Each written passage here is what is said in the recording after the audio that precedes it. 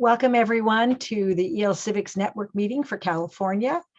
It's March 30th, 2022, and we're happy to have you here. Hope you have nice weather where you are and enjoying the beautiful flowers that are gracing our outdoors right now. If you haven't already done so, please type your name and agency into the chat box. That helps us keep track of your attendance and that you attended this meeting. And if you haven't already registered, please register at caadultedtraining.org. That will help keep track. Also, it'll help me a lot. So I'd really appreciate it if you would do that. We have about 30 people here. That's great. We're recording. So if you or any of your colleagues want to listen again or listen for the first time, this will be recorded. And I will send it to all of you who are on the IELCE Civics Network list. And we'll also post it on the IELCE Civics support channel, which we'll be telling you a little bit more about. So glad to have you here. Let me tell you a little bit about our agenda today. We're going to do a short CDE update. We're going to talk in general about civic participation in IELCE. Mention again the IELCE Civics Exchange. Portia LaFerla is going to give us a few tips about citizenship preparation. And then we're lucky today to be joined by Martha Clayton from LA City College. I saw her presentation at the TDLS conference a few weeks ago, and she was doing a really interesting thing. I'll let her tell you about it for IELCE Civics. So innovations in integrated IELCE Civics. She's going to tell you about that. And for those of you who are 243 agencies, we are going to do an IELCE report Q&A at the end of the session. Those of you who are not 243, you don't need to stay and listen unless you might be thinking of applying for the grant. Even then, it may not be the perfect thing for you to do, but you'll be welcome to stay. Of course, everybody's welcome to stay, but I put it at the end because not everyone is a 243 agency. Is there anything else that we should be adding to our agenda today? And thank you all for signing in and putting your name and agency there. Great. So let's go first to our CDE update.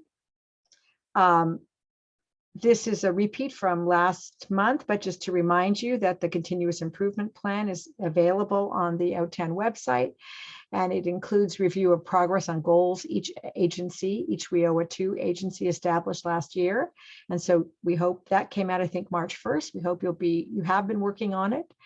And then the IELCE report is separated from the CIP this year, and it will be available on the CASAS website on April 1st, this Friday. I have been suggesting, and I will continue to suggest in another slide, that you be working on the content in a Word or Google document, and then when the electronic document opens, that you transfer your information. Both the CIP and the IELCE, it should say report here, I'm so sorry, IELCE report are due April 30th. And we're going to be talking about both those things a little bit more. Okay. I wanted to tell you a little bit more about the RFA that's coming out. Everything I'm going to say is tentative, but I just want to give you an idea. I'm repeating what Dr. Carolyn Zachary told us at the WIOA meeting, March 1st, that the next request for applications, the WIOA Title II RFA, will be coming out in the summer. We hope that the Word document with all the content of the information that you need will be out August 1st. And Dr. Zachary suggests that you begin gathering your materials then, and that the first part of the grant, you need to show your demonstrated effectiveness. So you'll be asked to show that. And that's what she's saying, begin getting those materials together, and that the electronic form will be available at the beginning of September and due at the end of September. So she's suggesting that you start looking at it right away, and then be ready for the deadline of the end of September. Then if you are accepted, you've demonstrated the effectiveness, then the RFA electronic portal, and maybe this is not electronic, I'm not sure, but anyways, that will open November 22, November of this year. And then it's for those who have demonstrated effectiveness, and that will be due mid-December. They want you to have a nice holiday and get all your paperwork in before the holidays. And they're also hoping that the term, instead of 3 years, will be 4 years. So that's the information I have from Dr. Zachary. Any questions?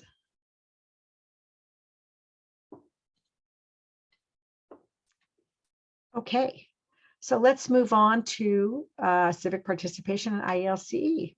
So again, talking about the report in a little bit more detail, and I've given you links here to everything I'm going to be talking about. So when you get the slides, which I will send to you, and they will be also, they'll be posted on the IELCE Civics website, and those of you in the IELCE Civics network, where will the Word document be posted for the RFA? So I assume on the CDE website, but I don't know. We'll be getting more information about that. We're just trying to warn you to, if you want to apply for the RFA, that you know that it's coming out in August, so that you'll save some time to be working on it at that time. Okay, so I assume the CDE website, but that information will be coming to you. But this report, the IELCE report, will be on the CASAS website. I'll show you where. Right now, as I told you last month, you can access the summary of information, which gives you all the things you need to put on in the electronic report. So again, I suggest you on a Google Doc or a Word doc, gather all that information based on what's on the summary for each of your pathways, each of the career pathways that you're offering your English learners. And then on Friday, you will be able to access the report. I am 99% sure of this. If it's not coming out on Friday, I will notify the IELCE Civics Network, but we're hoping that it will be ready at that point. At the bottom of the summary of information form, and I'll show it to you later, I'll go to the, well, yeah, I actually could go now if you want me to. At the bottom of the page is where you access the report. I'll show it to you in a minute. I did a workshop, how to complete the IELCE report. There is a webinar posted on the IELCE Civics support channel, as well as the IELCE Civics, or the Civic Participation IELCE page, as well as the slides. That's all there for you. So if you haven't done that yet, I suggest you do it, just to make sure you know how to fill out the form as a refresher from last year. And then at the end of this meeting, we're going to do a Q&A. So why don't I do a new share and just show you where that is, so no one is concerned.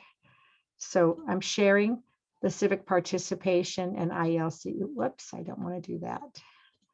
An IELCE website. Okay. And if you scroll down here on the left, you get the California Integrated English Literacy and Civics Education Report. If you click on that, you get the summary of information that I was talking about, that has all the information that you need to gather, that to put in the electronic report that will be available. And on April 1st, this button here at the top will lead you to the report.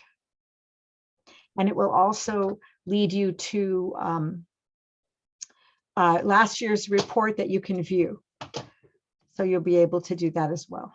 Any questions about this?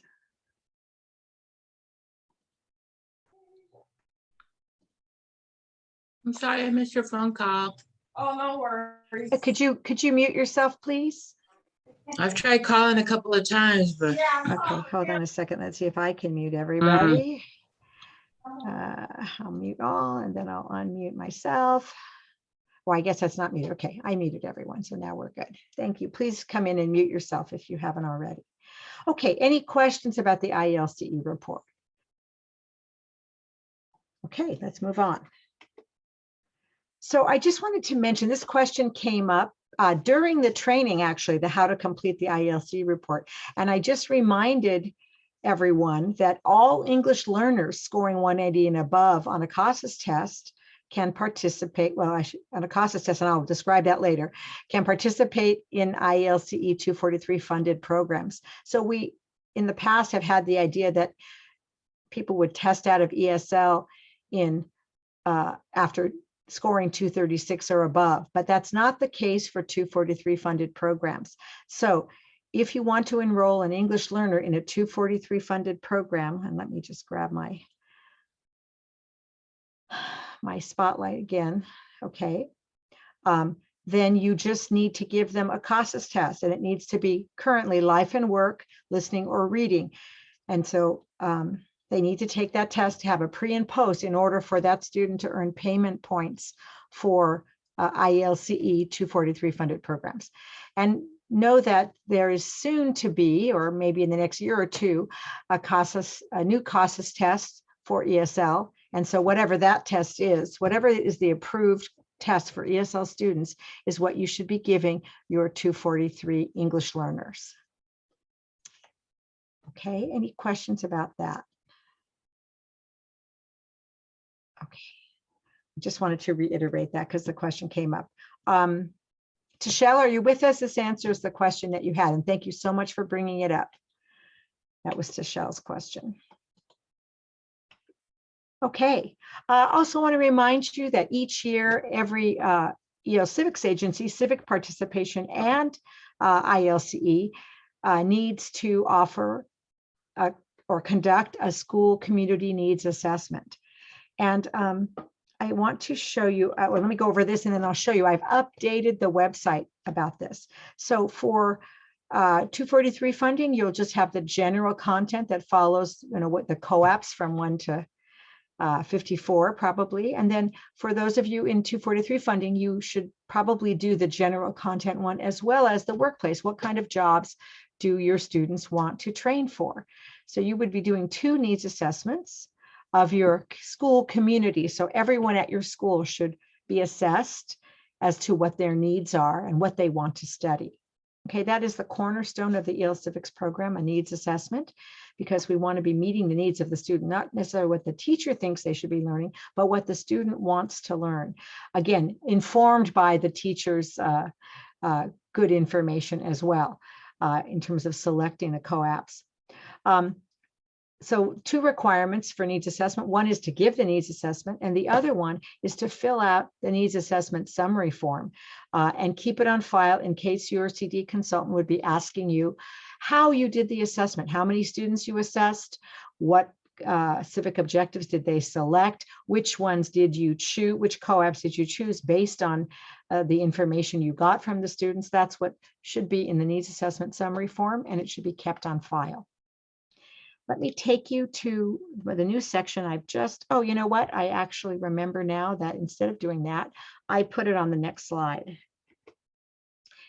So here is the reorganized section. Again, you go to the Civic Participation IELCE page, you scroll down, and whereas before it just used to be under resources, now I have made a whole new section for it. And I have put all the CASAS documents in this sort of gray box because those are all downloadable. And I added this information that was there that had related to COVID. Sorry, I reworked it to just be more general information for now. So you might want to look at this school community needs assessment requirement. It just tells you what you're required to do. And then these 2 documents have always been there, an overview of what needs assessment is and an example. And then the summary form is always has been there, but I just wanted to point it out to you. And it's a fillable summary form. So you can just type right on it and then just keep it electronically at your school. Let's see. Okay. Okay, so any questions about needs assessment? Okay, and we're always hoping to update. So I think I thought about doing this because someone asked a question about needs assessment. And so if you have any interest or something that you think should be better organized or changed or more information, let us know. And we're not only is the IELTS Civics system a dynamic system, but the web page is dynamic too, in that it's changeable, and we're hoping to update it. Lori, there is a question from Jennifer. Thank you so much. Is there a specific deadline for needs assessment or just before next academic year? So you can really do it anytime. In the past, when our school year was a little bit different, we suggested that people did it in the spring because we assumed that the program year started in July, and then people would be having new co-ops starting in September or starting in the summer. So that's probably the optimum, but I would say before you begin planning your new program, whenever that is, or whenever you think it's best for your students. So it's up to you. There's no deadline, but it should be before you are selecting new co-ops, because that's going to inform your new co-ops. New co-ops can be selected anytime after July 1 or after. So it would be great to do it now. So as of July 1, you could be selecting your new co-ops informed by the needs assessment. And remember, you're assessing the school community. So in general, what do people want? Then when you get down to in the classroom, if the school has selected 6, then in the classroom, you could say, of these 6, which do you specific students in class 101 want to study this year? It could be done that way. Some agencies have everyone do the ones that the 6 or whatever that were chosen. Some agencies select for the school, and then each class can do the ones that they're interested in. That's dynamic and up to you. But the system is based on needs assessment. So we would like you to do the needs assessment, inform your selection by the needs assessment, and then be ready to select sometime after July 1, depending on your program. You're welcome for the fillable form. Thank you, Portia. I think, did you do that for us? I know you started on it, but maybe you had a little help, but thank you so much. And that just makes it easier. You can save it electronically. Okay, we just want to remind you of the IELTS Civics and Citizenship support channels. And up until now, just the IELTS Civics support channel was available, but now the Citizenship Prep support channel is available. And Portia is going to tell you about that later on. What you'll find at these support channels are pre-recorded presentations, the ones that we used to do at the IELTS Civics conference. And so you can just go in and find what you want. The IELTS Civics strand has all of these areas, and the Cit Prep one is a little different. Portia will be telling you about this. So in the IELTS Civics strand, you have program implementation, information about IET, IELCE, TOPS Pro, instructional support resources, our IELTS Civics network meetings. You'll find them on the support channel, recordings of the last 2 or 3 meetings, information about, or a presentation on the IELTS Civics Exchange if you want more information about that. And then we have agency examples. So agencies have presented either in this forum, the network meeting, or at other, at the CASAS Summer Institute or other places. We have recordings, people talking about how they've implemented their program. So you have good models there. And then we also have some information from publishers about IELTS Civics materials. So it's a wealth of information. Jody says she saw it and she liked it. Thank you so much. And I hope you'll check out the Cit Prep support channel also that Portia will be telling you about. Okay, let's remind you of the IELTS Civics Exchange, just that you can access instructional materials that are based on IELTS Civics units at this website. You can also, if you're a WIOA Title II agency, you can submit materials, and we'd love you to submit. We'd eventually like to have materials for all the most used co-ops. Right now, we have these co-ops there for you, most all levels. Then thank you to Mount Diablo, LAUSD, Miracosta, Rancho Santiago for submitting your materials. And we hope you will look at these, and we hope you'll consider submitting. This is good to just take and use, or take and revise and use, or just use as a model for what you could develop at your own agency. And these slides will be sent to you if you are on the IELTS Civics Network, and they'll also be posted on the Civic Participation and IELCE webpage.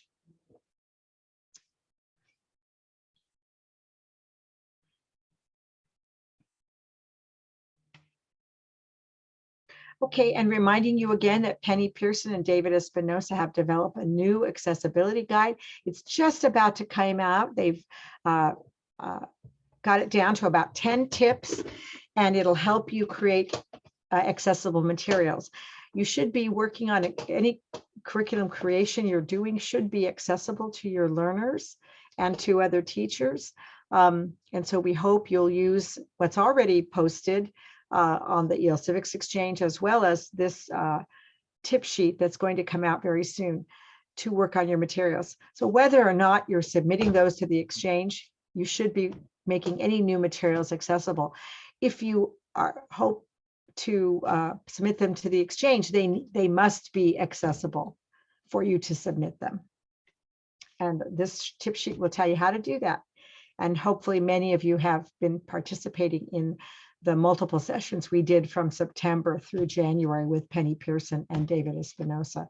And thank you to Penny and David for working with us, our group, and also developing this tip sheet, which will be out soon. As soon as it's out, I will send it to the IELTS Civics Network. And if you're not on my IELTS Civics Network list, you can email me at lbhoward@casas.org. Please don't put it in the slide in the chat here, but email me at lbhoward@casas.org. I'll put that in the chat. You know if you're on the list because you got an email from me on Monday. If you got an email reminder of this meeting, you're on my list. If you didn't get a reminder on Monday, then you're not on my list, and please email me to get on the list.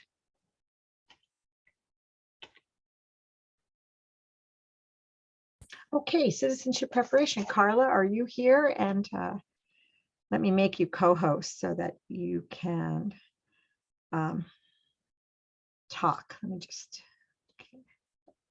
There you are, I think. There you are. Okay, I think you should be able to talk, and I will show your slides. Is that for me, Lori? Pardon me? It's for me, right? Yes, for you. Did I say the wrong name? What did I say? Carla, I'm so sorry. You know, That's I okay. always associate you with your colleague. my good colleague. Yes, never. I'm very proud of that. So sorry. That's okay. That's okay.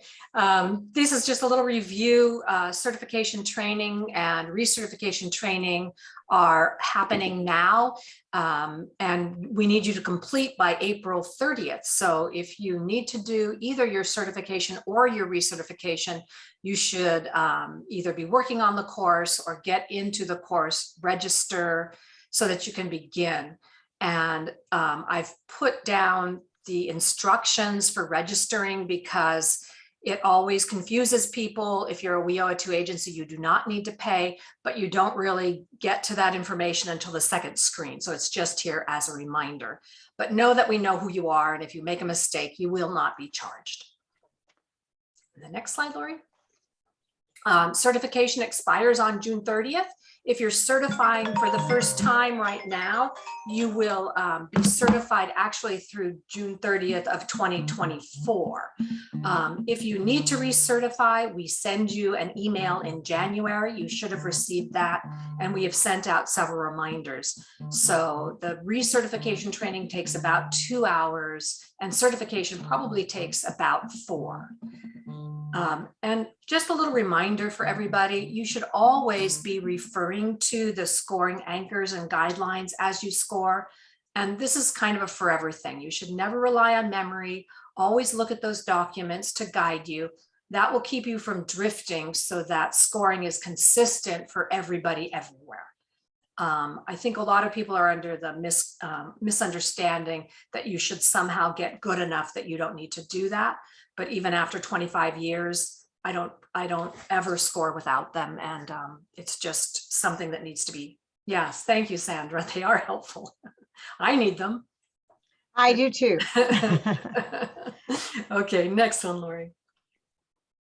Oh, and it also saves time. If you're trying to certify and you're not using those guidelines, you're going to get into the situation where I need to tutor you, and that's going to take you a lot longer, and then you're going to have to redo things. So really look at those documents. It'll save you so much time. Lori referred to the Citizenship YouTube channel, and there are 5 areas: implementation, assessment, TOPS Pro, resources, and the Publisher's Corner. And there are 2 implementation videos there, a short version, which is just kind of a, a quick review. And then there is the longer version with timestamps in case you want to go to a particular area.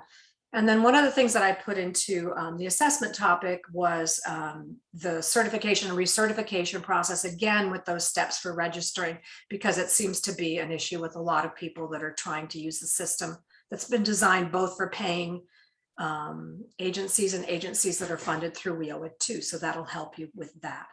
There are some of Jennifer Gagliardi's webinars in there, lots and lots of information about running a citizenship program, how to mark the classes in Top Pro, and a publisher's corner. So please let your colleagues who are working in citizenship know about the channel. There's a lot of really good information to help you set up and run your program. And we have the link for you here. And then also I'm just going to show you, and of course it's on the Civic Participation webpage. And let me just go back. And go back one slide, hopefully, yes. And if you scroll down on the left-hand side of the Civic Participation page, you'll see both channels, the IELTS Civic Support channel and the Citizenship Prep Support channel. And let's go to the CIT Prep page, and I'm sure you'll see the same thing here at the bottom on the left-hand side. You'll see both support channels. So we hope you can find them easily. And if you ever have any questions about citizenship, just email cit@casas.org and we will help you. Great. Do you want to put that in the chat? Yep, I'll put that in the Thank you so much. Perfect. Okay, so let me just give you some other information. Oh, I wanted to show you that Mount Tamalpais Adult School has come out with their class. I know they've presented here before to talk about their home care aid class. I just thought it'd be fun for you to see their flyers in case you want to model something after them, but also to say that these art classes are on Zoom. If you're not offering home care aid and some of your students would like to take home care aid, they could actually take it remotely from Zoom. Now, they might not be able to take advantage of the job fair at the end of this course, but they could get the training. So Tamalpais Adult School puts out an information, they're doing an information session and they have a flyer for that. And then they, just to tell people about their course, then they have this whole flyer, which will start May 10th to June 9th. And actually it has 2 sides. So I just thought this would be a nice model for you to see what they're doing to advertise their classes. And is anyone here from TAM High? TAM Adult School, sorry. They're in my neighborhood, so I said the name of the high school. But Jamie or Joan, are you here and would you like to talk about this? Okay. It may be spring break here. Okay, just to show you upcoming EL Civics meetings. The next one is April 27th and the one after that, May 25th, and then we'll start giving you more dates. If you haven't already, please type your name and agency into the chat box. And after the meeting, if you haven't already, please register for this meeting at caadultedtraining.org, and you can register for these future meetings as well. So we've got 2 more things on the agenda. One is to have a lovely presentation by Martha Clayton, and then I'll do an IELCE Q&A after that. Any questions before we move to the next section?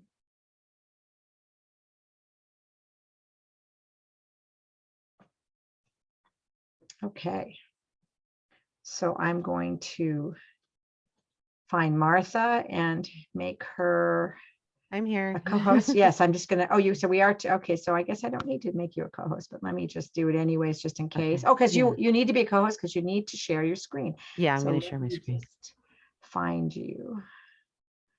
Why am I not finding? Oh, there you are. You're up at the top. Okay, so I'll make you a co-host.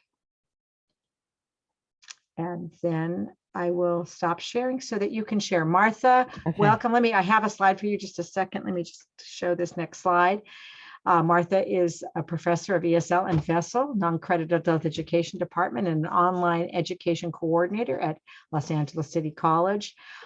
Thrilled to have her here to show you her innovations in integrated EL Civics. So Martha, I'm stopping sharing and Okay. Now you get Okay, to. great. All right. Thank you, Lori. Yes, as Lori said, my name is Martha Clayton, and I am in the non-credit adult education program at Los Angeles City College. We're part of the Los Angeles Community College District. We're the largest community college district in the country. And so I just want to give you a little background before I share our product, I guess, our materials really that we developed. You know, I think we've all experienced challenges with integrating EL Civics into curriculum in ways that are practical and reliable and are not cumbersome for students or for faculty or for coordinators. And we've worked through a few different projects at City College. We're the coordinating college for our WIOA grant, so we get to do a little bit extra sometimes. And so we started with digital EL Civics, which was a material set that we developed as participants in DLAC with OTAN. So that's the Digital Leadership Academy, which basically was developing Canvas ready EL Civics materials and assessments, where we could do the whole thing through Canvas. This was actually before COVID happened. So we were very, very primed for going remote. And so recently, we kind of wanted to take it a step further, and we wanted to create something that did not feel like it was being injected into a syllabus or injected into our materials or curriculum. And so we developed what we call liquid EL Civics. So we've gone from digital to liquid. And so I'm actually going to put the URL in the chat, and I'd really love it if you could try it on your phone, because I'd like you to see how incredibly adaptable it is and accessible it is. I know that we have a really large number of students whose only technology tool is a mobile device. So we really wanted to target those students. Give me just a moment to type.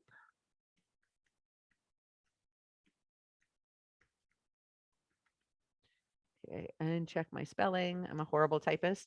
And so we wanted to be able to really, really, really include our students who don't have a computer, who don't have a laptop, who still are learning remotely, and make sure that they were included. We also wanted to create something that could be used by all of our faculty. Our centralized non-credit adult education department has, ESL and citizenship, but we also have, we have voc ed and we have basic skills. And not all of those students may be participating in EL Civics, but we wanted to create materials that all of our faculty could use. So one of the big things we did was we started presenting EL Civics as themes through the year instead of, just having random co-ops that we stuck into a syllabus. We created themes. And so this academic year, last semester, our theme was employment. And where our co-ops that we worked on were soft skills and employment. So that's 37 and 33. And this semester, we're doing health and nutrition. So that's 46 and 26. We're also throwing the DMV in. And so we wanted to make it something much larger. We've really taken an approach or a perspective that instruction starts at outreach. And so from the minute a student interacts with a material from our program, they need to be getting instruction from that. And so on all of our social media marketing materials and our calendars, we have a link to this this newsletter, which you're looking at now. And hopefully you're also looking at it on your phone or some other handheld device. So that way they're immediately being exposed to the topics that are part of our EL Civics co-ops for this semester. So this is a liquid newsletter created with a product called Sway, which is part of the Office 365 suite, which we use in our district. You could also make something like this using Google Sites. In fact, when I first learned how to do this kind of create this kind of material. It was presented to me using Google Sites, but we don't use Google in our district. We want to stay FERPA secure, so we use Office 365. That's what our district uses. So I use Sway. And so what we did was we created a newsletter. I'll try not to scroll too fast and make you seasick. We created a newsletter that follows the theme and supports the theme. So as I said, our theme right now is health and nutrition. And so the title is Let's Get to Work. We change this out. We change the content. We update the content about every 6 weeks or so. And it starts with just kind of a welcome message from the department with information about some of our events. These 2 events also tie into our theme. Each semester we do a family movie night that coincides with the last Sunday before we come back from a vacation break, because we notice there's a dip in attendance when we come back from Thanksgiving or when we come back from spring break. So coming up on the 10th, the day before we come back from the Sunday before we return from spring break, we'll be screening a film on Zoom called The 100-Foot Journey, which also highlights non-native English speakers. So it ties into our theme in kind of a general way because it's about food and cooking, and we have instructional materials that we give to students, small instructional materials we give to students. So we can make the entire event something instructional as well as fun. We encourage students to invite their friends and family to watch the film with them from their living rooms. So we can also potentially get more students interested in our program and also extend that learning experience out into the community even further. This semester, we started Walk and Talk Thursdays. This semester is the first semester where we've had a more significant population of students on campus.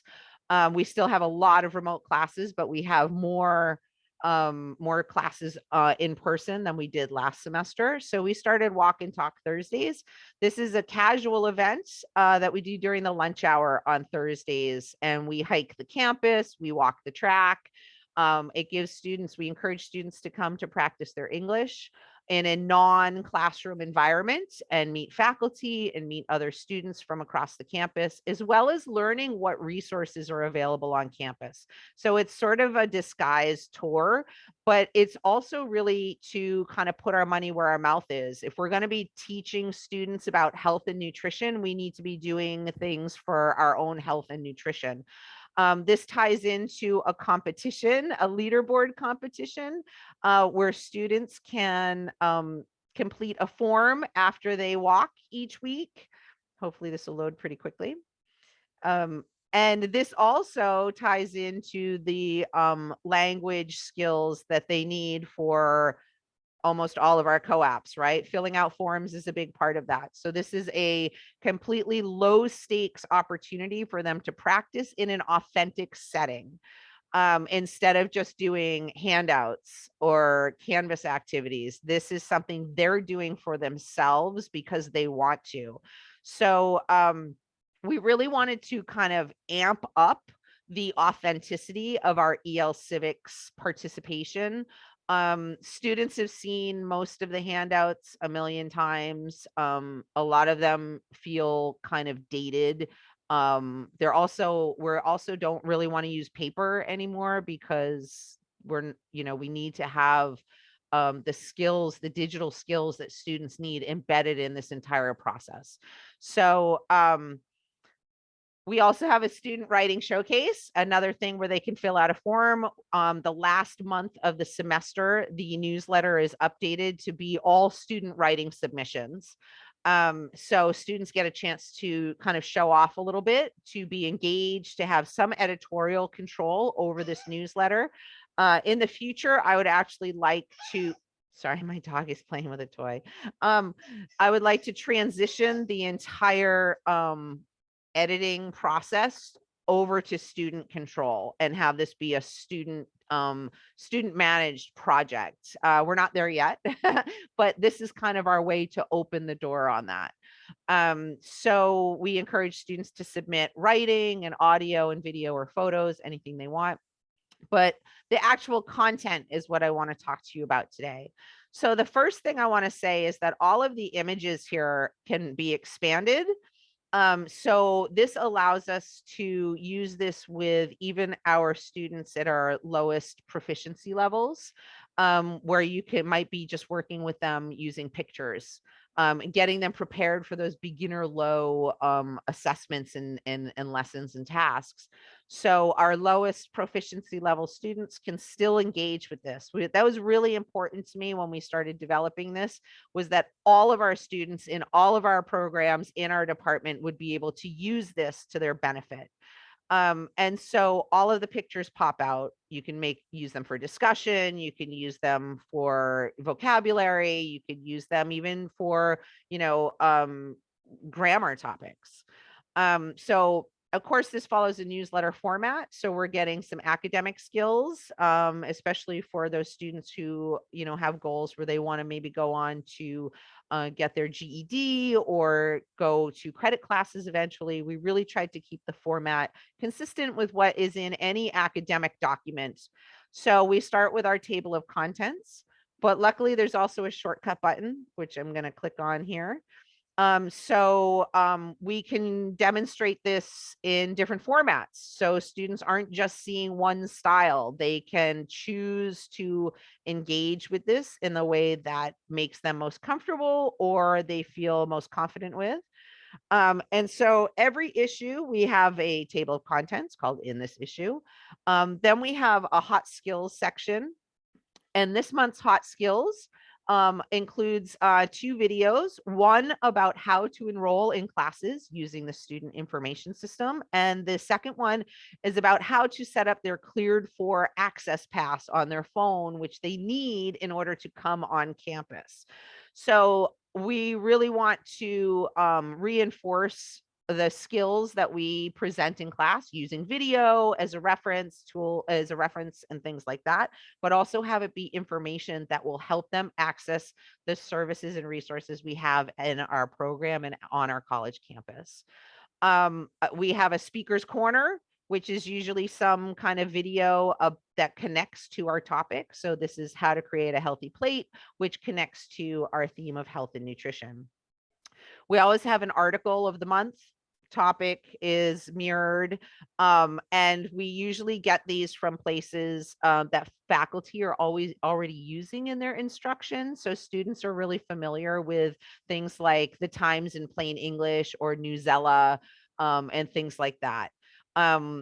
We like to do a lot of linking. So we'll keep an article kind of maybe lower lexile level, but then have links to it. So if a student is interested, they can click on the links in the article to maybe read an article that's a little bit more challenging, especially for our GED students. So they can click on something like this, and it's going to bring them to an academic article about that topic, which is really important as they're improving their academic skills to reach those secondary education and post-secondary education goals. We include a city spotlight. So this is where we really connect our local resources and use it as instructional material. So City Spotlight always focuses on one of our certificates that we offer in non-credit. And so we have a new one for phlebotomy technicians. And so faculty use this to inform students as well as offer instruction on how to read these certificate descriptions. What do you actually need to do? Who do you need to talk to?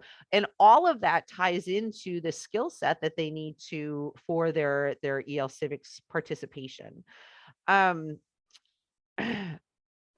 We always have links to counselors, things like that, the contact information for different parts of the department or the college itself. One of our faculty made this really great video of the different certificates available related to computer classes. So we put that in. Campus resource section, we do this every semester. There's a campus resources section, and because health and nutrition is our topic, This semester, it connects to our Health and Wellness Center, which students can use for a small, there's like a small student fee for that. But we still want to give them all of the information and the links so we can increase their digital literacy skills. We can demonstrate how to navigate the college website and college resources. You know, what they offer. All of this is great vocabulary for our co-ops, for their life as well, because it connects to things they really need to do. One of the great things is right now we're getting ready to do co-op 26.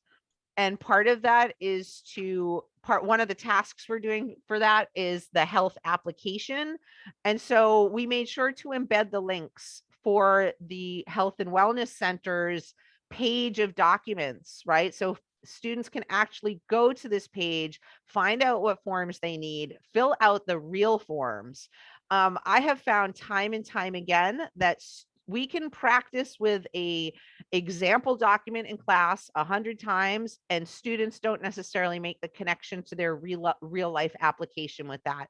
And so I'm trying to move us away from that. I want us to use all authentic materials for our EL Civics tasks, for the lessons and for the tasks. I don't really feel like it's productive or successful for students to practice with a pretend one when they can be doing the real task, right? I want to see them actually do the task. I feel like the kind of one of the principles of EL Civics is that we're focusing on things that people need to actually, you know, achieve their goals in Los Angeles. For us, it's Los Angeles or California or United States. So I'm not going to pretend. I want to work with them so they can really do these things. Martha, can I interrupt you for a second? Yeah. So first of all, I want to reiterate that that's certainly the aim, is to get students as close as possible to real life. And if real life is as close as you can get, that's terrific. Certainly, Yeah. The whole point of EL Civics is to access the community. So but we have two questions, if you would, if I can interrupt you, and then please go on, because you're Yeah. doing great. So the first one was, how does the theme, this was from Judy, how does the theme relate to the needs assessment of your students? So we did the needs assessment, and from the needs assessment, we determine the theme. What is selected is how we choose the theme. So for last fall, from our needs assessment, and we're balancing 9 colleges. So our needs assessment is spread out, is representative of all 9 colleges. So for spring, we did soft skills and employment. And then for now we're doing nutrition and health, and we'll actually end the semester with the DMV going into summer. So we did the needs assessment, looked at the answers and said, okay, we're going to group these and group these, you know. We do have a coordinator that also helps with arranging, like when we do 231 and when we do 243, and that plays into it. But we you know, maybe we got lucky for an entire year, but there seems to be it seems pretty easy to continue themes. I mean, the idea for themes came up previously. So we just finally got a chance to implement that. Well, that's great. And especially with these topics, it works so well for the newsletter. Another question, what percentage of students are attending online and in which instructional programs? We have students in all of our instructional programs attending online. We have students that are coming. I think we have about 20% of our classes are face-to-face right now. But all of them are attending online, and some are attending in person. We don't have like by program, like sub program or discipline, any kind of different thing. Like we've got GED students who are online and some that are in person. And what percentage of your ESL students are online, do you think? Only online, I guess, is the question. I don't know, honestly. Okay. I don't know. Okay, another question. It's less than, I would say it's probably, I'm going to guess. I'm going to say it's probably about 50 or 60% right now. Our goal right now is to get 30% back in. And we're getting there. We're definitely getting there. Okay. And Catherine Gooch asks, is all this created or curated by a full-time civics coordinator or similar position? Are the units themes repeated or used only once? Okay. So the first part of the question about the coordinator, no, Faculty has the purview of curriculum in the community college system. So I'm the full-time ESL person, and I work with the other faculty to do that. Our EL Civics coordinator does not make this in any way. So you're the person that is developing this this curriculum that you're showing us. Right? I mean, it is a team effort. Mhm. I'm the only full-time ESL person at our college. So technically, yes, but it is actually quite a big group of people who work on this. That you're responsible for Yeah. making it happen. Mhm. And then are the units and themes repeated? I guess this is your first time, so maybe I'm not quite sure what you mean. in by other words, that. this is So health. So next semester, if health is going to be the theme, we will not use the same materials. The material, it's a great question. So if the theme is repeated, say students, this needs survey has us doing health again, the content on the newsletter will not be the same. The content of the newsletter changes every 6 weeks. The only content that might be the same would be specific, like concrete information about services on campus. So things like the health and wellness center, they're not going to change their hours. They're not going to change their services. They're not going to change their forms. Those are going to be the same, but the articles that we choose, the videos that we choose, those change. We do not repeat them. This is a pretty living document. We actually, I archive this to a PDF or in a Word document. I do not have like I don't have like every month's full sway saved. I don't make a new one. I update the one that we're working on, and I save an archive document. Great. Thanks so much for answering those questions. Feel free to go ahead. All right. That's great. And if I'm talking too fast, I know we don't have a lot of time. You're doing great. We have about 10 more minutes. Okay. So we also include a people and places section, and we target, or I shouldn't say target, we select somebody who is somebody from the Los Angeles or Southern California or California community who our students can relate to. So our college is right next to Koreatown in Los Angeles, and Koreatown in Los Angeles is the second largest population of Korean people in the world outside of Seoul, Korea. So we chose this time to showcase Roy Choi, who is a famous chef. He was born in Seoul, raised in LA, does a lot of community work. So we have an article about him, a little biography, some videos about what he's up to right now. He's got a TV show on local PBS. And so there's like a nice connection there. And I find a lot of the time, even though we have a really dynamic and large Korean population in Los Angeles, they kind of aren't showcased as much as some of our other community members. And so this semester, I really wanted to try and make sure that we had some Korean faces in the newsletter. And Roy Choi is like a really great and kind of funny guy. If you don't know who he is, I recommend that you learn about him in the newsletter because he's really interesting. And so then we, of course, because the newsletter is called Let's Get to Work, and we are a workforce education program, we have a section of job postings. This connects to our college online job board. And then we pick a job from whatever's available at the time that has some kind of connection with our programs in the non-credit department, and also our theme. So I chose this catering job because we had been talking about health and nutrition. It's connected to food. We also have a hospitality IET program in our department. So there's a lot of overlap here, but these are all real materials. So when students are working on job applications, they're looking at real job applications instead of like kind of a paper model, which most people don't even use anymore. Like I can't remember the last time any business said, yeah, fill out this paper. They said, no, go online. So so lots of overlap there. And then of course, the last section is, our office information, how to get to the office, the maps, which is a really fun instructional activity, right? The map of campus. We do scavenger hunts, all this kind of stuff. How to contact us on social media, office hours, Zoom hours, just kind of that whole thing. And then that is basically the kit and caboodle. So We have two um, questions. yeah, I'm One gonna is, stop sharing so I can see Okay. people. And then hi Nellie Ness. so one, Marin asked, how do you decide the topics every 6 weeks? I just update it. I find things on our college website, or I find out what's happening in our program. I look at what's on Newsella and Times in New English, and I find bits and pieces that connect. The images stay the same, like for the whole semester, unless somebody wants something updated for us, if they're like, hey, I want to do something new.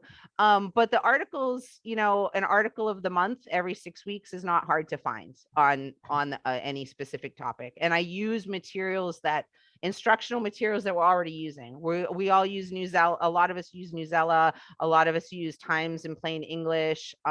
Sometimes I'll find a really good article that's very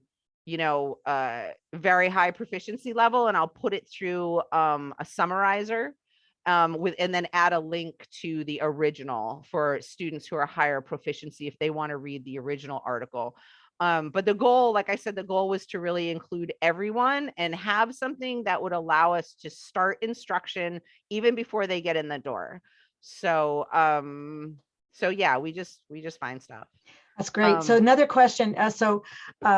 You were showing real examples of application forms, and they were saying they struggle because various places won't let them use real practice. What do you mean? Well, I don't really understand that. That they won't access, I guess that they're locked if you go onto a job or health forms. I guess you have your own health center. Right. Yeah. I think that I think it's a matter of looking around. I'm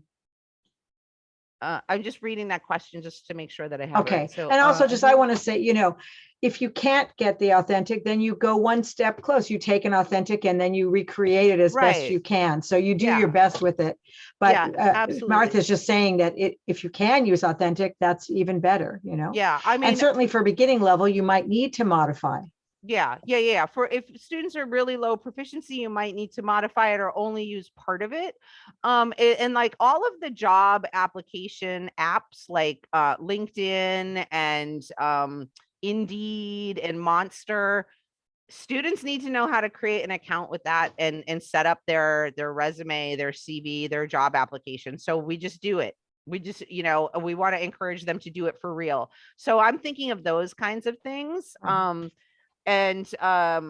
And then, especially with something like LinkedIn, you can do that step by step. You don't have to do it all in one day or even all in one semester. Maybe a student learns how to create an account in one semester. And then the next semester, they learn how to complete the information to make their CV or resume.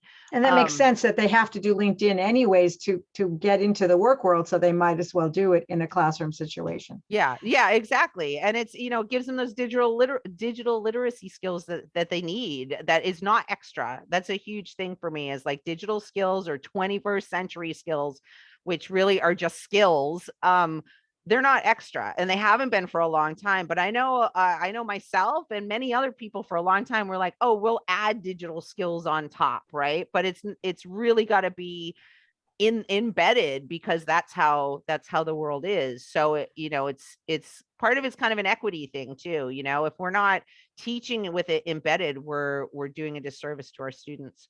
So this question, how do you adapt instruction to lower levels? So you mentioned that you might do a part of it, and that's what we suggest in the co-ops, that the beginning level just do the informational part, the personal information part of a job application, for example.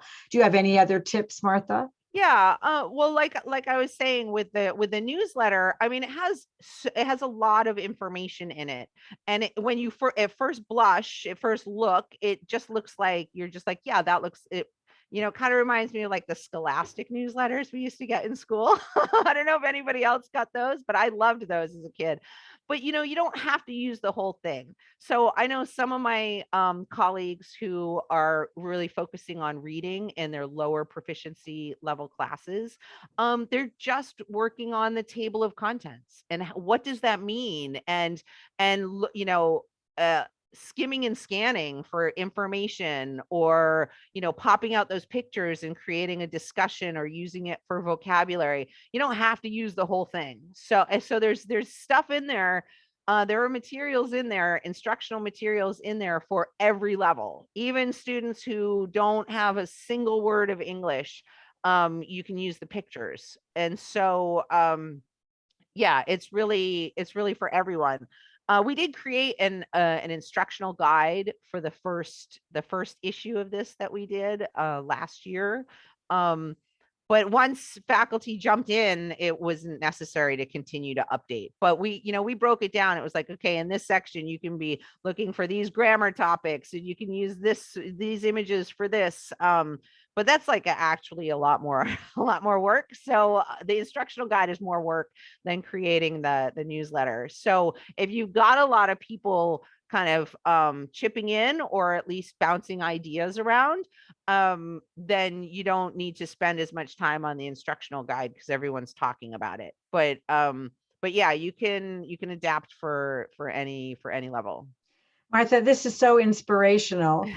So we really appreciate you showing it to us. And again, Martha's a full-time person, so she has the time to be creating this with the input of her colleagues, and perhaps LA City College and her district have more resources because they're a big site than you do. But I think using it as a model, and even if you don't update it every 6 weeks, if you did it once a year and just have it, absolutely. I want to chime in on, I just want to follow up what Lori said. Okay.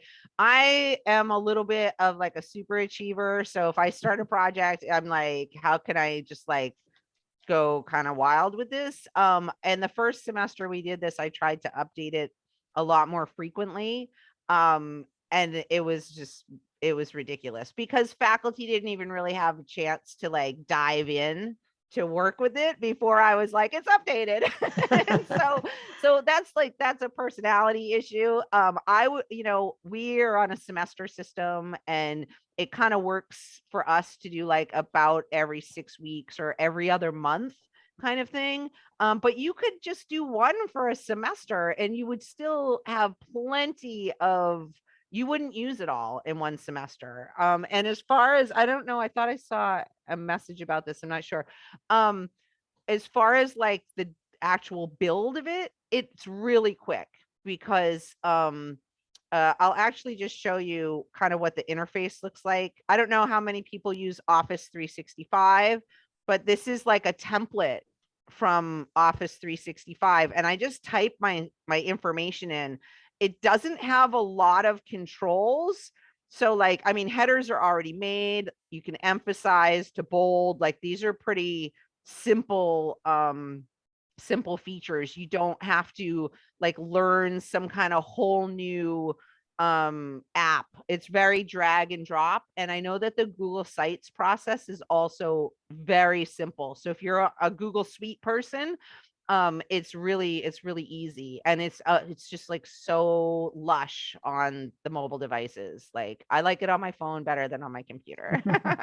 Well, it's so great that they can do that. Well, thank you so much again. Inspiring role model.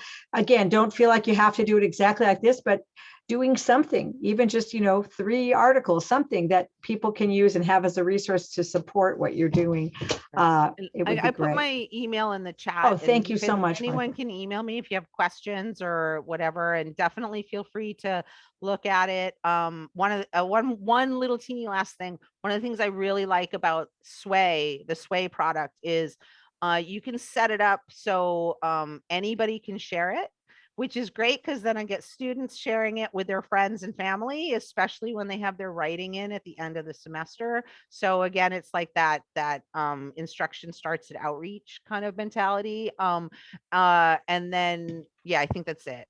I have tons more, but just email me. I really like the instruction starts at outreach because that is so important. That students are going to want to come because you're because of the outreach you're doing, and then they see all this lush information and they want to be a part of it. So any last questions for Martha? Or she did give you, we got Nilinas, you have your hand up, go ahead. Yeah, I just wanted to say thank you, Martha. I use this. I'm here with Martha at ACC. I love her energy. And I use in my basic computer class, what I love about this is that I incorporated in my Canvas. So I have that link. And when we're talking about internet and research, the students find it really easily. And also, I work with our partners, so it's part of my marketing tool. So if you're, we're all trying to reach out to our, partners. So this is a great tool because they can find out more about our programs, aside from our website, that's sometimes a little bit complicated. But thank you, Martha. I really think it's really cool. It is Thank you, totally Nelinas. cool. And thank you, Nelinas, for sharing too. Well, I appreciate so much your willingness to share, because it just helps everyone so much to see what others are doing. And if the rest of you have anything to share, we would love to have you do it. We have some great things coming up. I don't have them on the top of my head right now, but I will be emailing you about what's coming up. We have someone sharing next month and also the month after. I have it all set up already. And so if you've got something to share, let me know. But I'd like to move on now to our next part, which is the Q&A. If you are not an 2-3 agency, you may not be interested in this meeting. I will not be offended if you decide to leave at this point. I think we've given you all the information that you need, but now we're going to talk about the IELCE report, that for those of you who might have questions. So thank you so much, Martha. Thank you everyone for joining. And those of you who are 243 agencies, let me just remind you that you can access the report, or first access the summary of information that I showed you earlier. On April 1st, you should be able to access the actual report if you scroll down to the bottom of the summary of information page. And then if you need further training, there's a webinar and slides available to you. Do I have any people who'd like to ask questions? And if so, I will go to these, either the summary or the webinar, if I need to show you something. Or maybe this you don't need this time. And if so, then we'll end the meeting. It's up to you.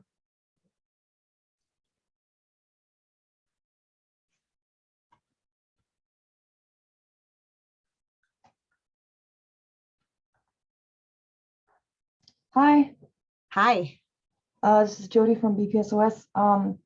So the IELCE report will be uploaded onto the CASAS website, but first, well, that's different from the CIP. So on the CIP, we still have to do like the review of how it went last time. And then this one is different. So it's gonna be, is it also gonna be like a fillable thing where you just click on it and then you said we do it on a Word document first, but then we just upload it. So you don't upload it. I'm sorry if I wasn't clear about that. What I was thinking is that since I didn't want you to wait until April 1st to start gathering your information. So what I was suggesting is that you get all the information you need on a Word document and then cut and paste it into the electronic document. You don't upload it, you cut and paste. And there is one section, the IET components with the dates and times, you'll actually have to, it's not dates and times, I'm sorry, it's hours and enrollment. You'll have to fill that in. So that wouldn't be a good thing to cut and paste, but all the narrative you could cut and paste. Yes. Okay, thank you. Sure. Anything else?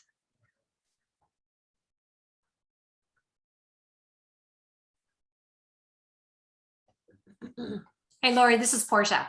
Yes. Maybe just a little reminder that whoever is filling out these reports to use the notes liberally to describe exactly what they're doing. Yes, let me why don't I go to the slides and just show that. Thank you for, and why do you want people to use the comments, Portia? Because as a reader, sometimes it's really difficult to understand what the program is doing. So how is it that your literacy, workforce preparation, workforce training are running concurrently? How is it that you're implementing co-teaching versus alternate teaching? Those things aren't always clear to the reader. Thank you. So let me just show you where that is. So these are the slides that I prepared for the training I did, and forgive me for scrolling, but I'm just going to scroll down here to the part that Portia's talking about. Sorry. So, sorry. So I went to the PDF, so here we go. So in each of these sections for workforce training, workforce preparation, and workforce and literacy courses, when you select this ad, you have to put in the course title, etc. And then Portia's suggesting that these comments that you are liberal with your discussion, because in order to make this form easier for you, we did away with the dates and times that we had asked for previously, but that means we don't really know, is this class a semester course? Is it a year course? Does it happen 3 times a year? Does it happen, once a week or 5 times a week? We don't really know that, how it goes through the year. And so you're reporting on the course as the year, a cumulative report of hours, for example. But if you could, in a narrative way, describe this course happens, every trimester or every other semester, and it goes for this many weeks, et cetera, so that we can understand it more fully. So remember that in order to do a good job of evaluating your career pathway, we need to have the most information we can. So please fill in the comments. Thank you, Carla. That's Portia. That's a good thing to think about. And I think I did talk about that in the training specifically. Well, now I'm getting off the track here. And you need to. Any other questions? Lori, can I add? Sure. You also need to tell us how it's running concurrently. Yes. So that would be a good thing to put here in the comments, but you also have a portion in the further section.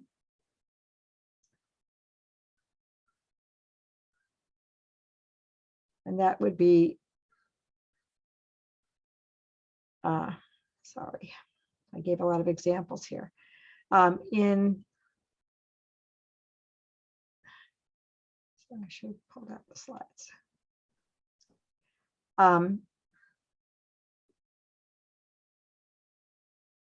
Here, part A of program coordination and support. It says, describe how your courses, workforce preparation, workforce training, and adult literacy are conducted concurrently. So for each program, you need to tell how they're conducted concurrently. So you can either put it in the comments for each course, which probably is easier for us, or you could put it down here. Some people last year copied and pasted this into each of their programs, and that was unfortunate because it didn't tell us exactly what this pathway was doing in terms of working concurrently. So be sure that you tell us what the program you are describing is doing for working concurrently. And you can either do it in the comments or here in part A, number 3. But be sure that it's specific to the pathway you're talking about. Thank you, Barbara. Anything else?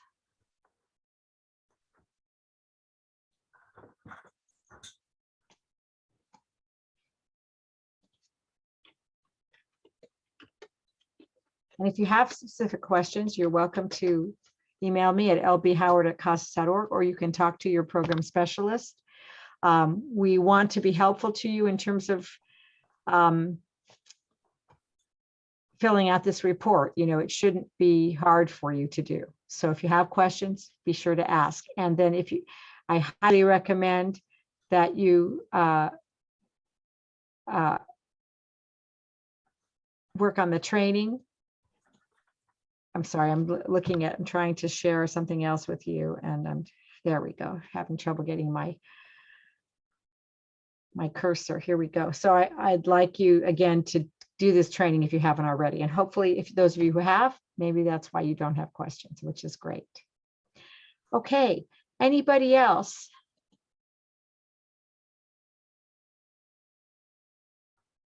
Okay, it's been great being with you. Our next meeting is April 27th.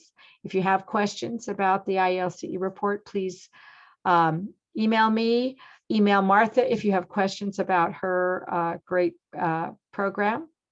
And we wish you a good month, and we'll talk to you on April 27th. Thanks, Lori. Take care. Be sure to register for this training if you haven't already. And as you leave, if you haven't already, put your name and your agency into the chat. Thanks so much for attending. See you next time. Thank you.